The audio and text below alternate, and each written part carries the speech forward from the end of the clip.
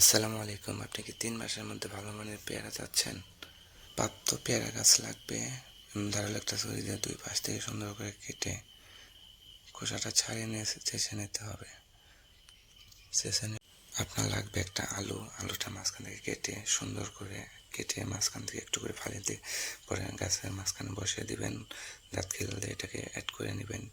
একটা ২৫০ ml প্লাস্টিকের glass দিয়ে এটাকে মাঝখান থেকে সুন্দর করে বসাই দিতে হবে, পরে আটকাই দিতে হবে কিছু দিয়ে, তারপর গোবর মাটি দিয়ে এটাকে ভালো করে ঢুকিয়ে দিয়ে সুন্দর করে একটা প্লাস্টিকের পলি দিয়ে এটাকে আটকে দিবেন। পরে ৪৫ দিন পরে দেখেন আপনার সুন্দরভাবে ঘেরা নিয়েছে।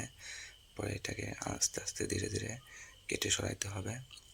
পরে গোবর মাটি একটু সরিয়ে আলুর খোসা ২টা ফালিয়ে দিয়ে তারপরে টবের মধ্যে বসায় দিয়ে আপনি প্রতিদিন পানি দিতে হবে। পানি দেওয়ার পরে দেখেন আপনার ফলন ৩ মাসের মধ্যে এরকম ফলন আর হবে না।